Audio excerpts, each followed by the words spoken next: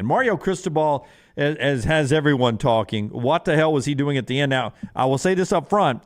Alabama wasted some time at the end of theirs by throwing a pass there that luckily just went to the ground and they were able to salvage it and get out of there. So they weren't dialed in on the kneel-down math at the end either.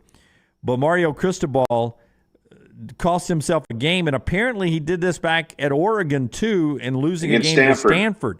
So, Luganville, what's up, man? Is this just a thing where as an offensive lineman he doesn't like to take knees, or is this just a brain freeze here? Well, it's a brain freeze in three different brains. Shannon Dawson, the play caller, the head coach, Mario Cristobal, and to be honest with you, Tyler Van Dyke, too.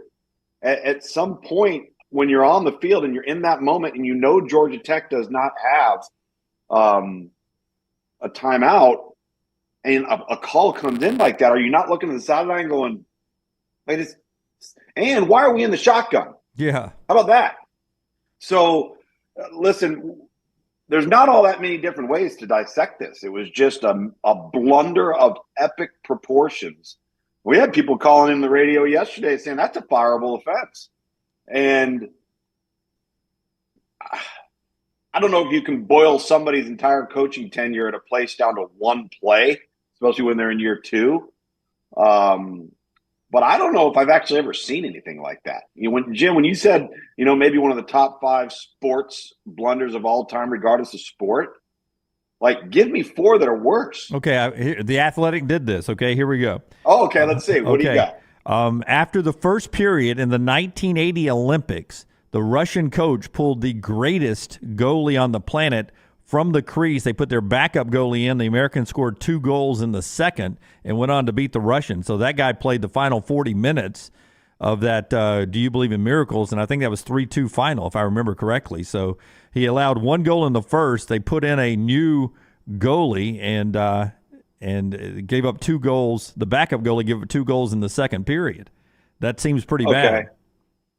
All right, yeah. So, but that's a coaching personnel decision. That there must have been something behind that he felt he needed to do in like another area, right? So, yeah.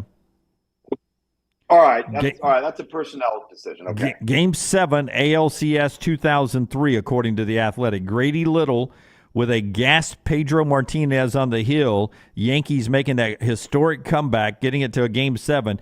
Pedro is out of gas, starting to get knocked around a bit. Little doesn't pull him from the game and go into a fresh bullpen, leaves him out there, and the Yankees score runs and end up beating the Red Sox.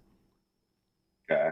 Marty Morningweg and the Lions, back when the NFL overtime rules were different, wins the coin toss and elects to kick to the Chicago Bears, who, goes to short field, gets into field goal range, and walks them off, and the Lions don't even touch the ball.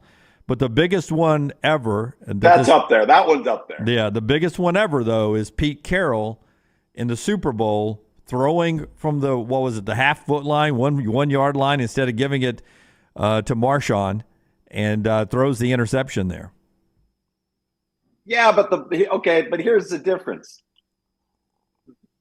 That was a decision without a 100% certainty of the outcome either way.